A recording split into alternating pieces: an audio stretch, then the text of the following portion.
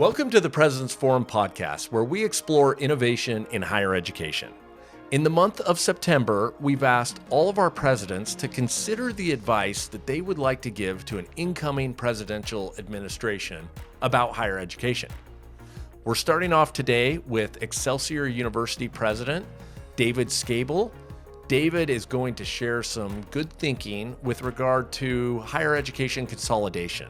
It's something with which he's very familiar, and he has some definite opinions. I think it's something that the Department of Education and transition leaders for either administration, whether it's a Harris or Trump administration, would be enlightened by hearing. So let's get started. David, welcome to the President's Forum podcast. Thanks for making time to join us.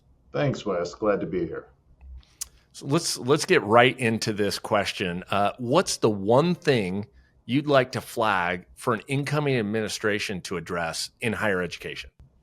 I would love the new administration to pay a lot of attention to what's going on in higher education and mergers and acquisitions, and to help simplify that process, because higher ed right now is in a very tumultuous space, and many institutions are combining or trying to merge and combine, and it's very, very difficult to do right now.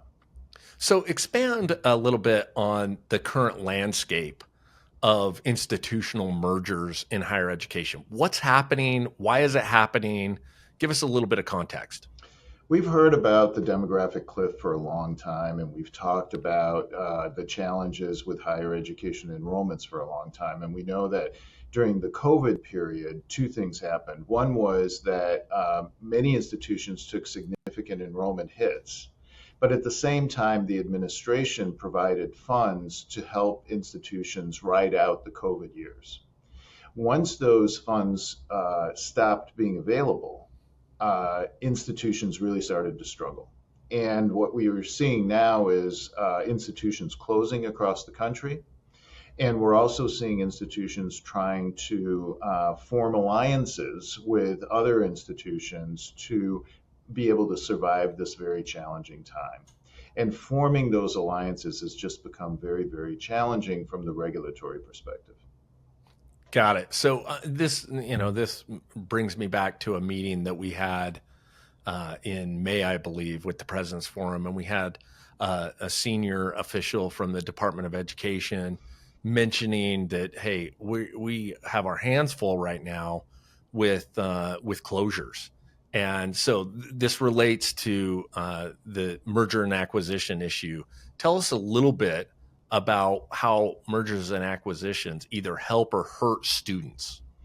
Well, so for many institutions, when they are struggling, if they cannot form some kind of an alliance or a bond with another institution, they end up going out of business. And of course, that hurts everybody. It hurts the students. It hurts taxpayers, because many times the benefits that those students received are lost. It hurts the communities where those faculty and staff live. And so it's a lose-lose for everybody. And so with the opportunities for institutions to merge, it provides opportunities for students to finish out their degrees. But it actually increases the opportunity playing field for students, because if an institution merges with another one, now there are more opportunities for students to take additional classes, additional degrees, maybe even attend a different campus. So mergers can be a very good thing. So what's the current process right now that the department requires for these mergers to take place? Well, so right now, if two institutions want to merge, they have to get approval from their respective accreditors, from their states, and from the U.S. Department of Education. And the process can take well into 2 years. And there is no guarantee from the U.S. Department of Education that the merger will be approved.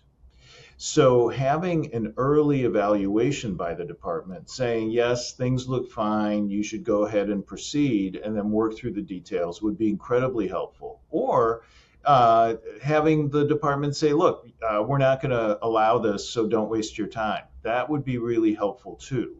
But the process of merging two higher education institutions, even with the regulatory stuff out of the way, is an extremely complex, challenging process. So removing as many of those bureaucratic barriers as possible would be really helpful.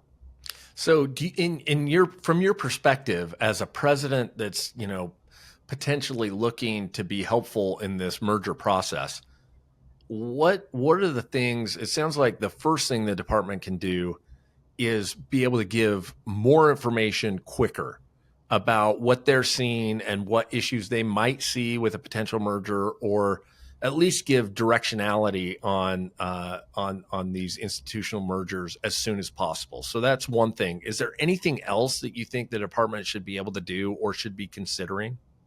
Well, I think the department certainly can provide guidance upfront in general to institutions. So the department could say, for example, if an institution is in debt to such and such an extent, it's probably not a good idea to try to merge with that institution. On the other hand, if two institutions are approaching this willingly and the resources, when combined, are sufficient for both institutions to flourish and to grow, then institutions should be allowed to go ahead. So first and foremost, provide general guidance about mergers and acquisitions, and then provide some early ruling. It doesn't have to be a formal, this is, we're going to approve it forever and ever, but at least some guidance. Yes, things look fine, go ahead, or things don't look good, don't go forward.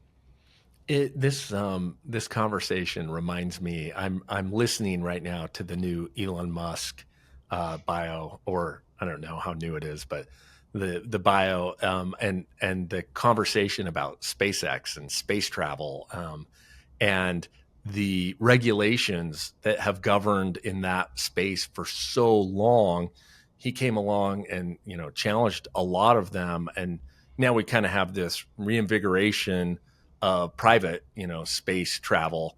And it's kind of it's an interesting topic, but I bring it up because we approached a space, an industry that hadn't seen innovation for a long time. It was dealing with problems that hadn't ever been dealt with. And I feel like in higher education, we may be at a stage where we're seeing mass closures. I mean, we're seeing more closures than we've ever seen in the history of higher education. And it may require that we innovate on the regulatory side in ways that we've never innovated before.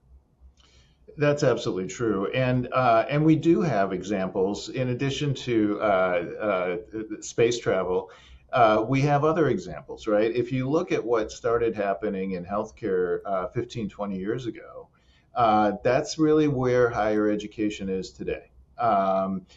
We've seen tremendous consolidation in the healthcare sector.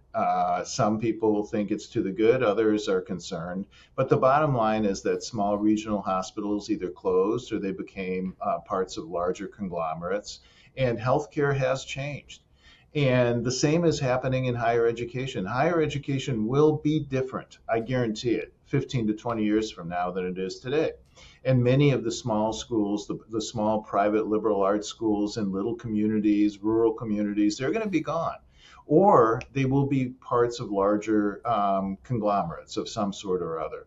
And I think if the department and the institutions and the accreditors could get together and really provide some guidance and some general direction, that would be helpful for everybody, including for students and the country as a whole.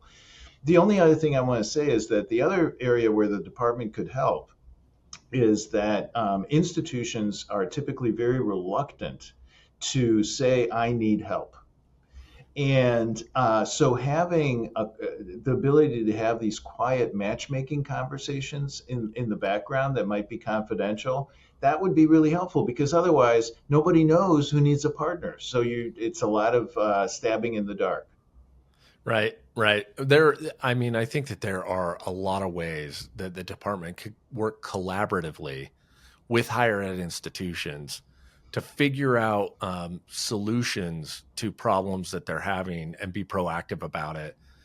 Clearly, we're in a world where we have to approach this differently than we've approached it for the last, 50, even 100 years. This is a new era in higher education, and the disruption is significant enough that we've got to think differently about how we protect students who are in institutions that may not make it.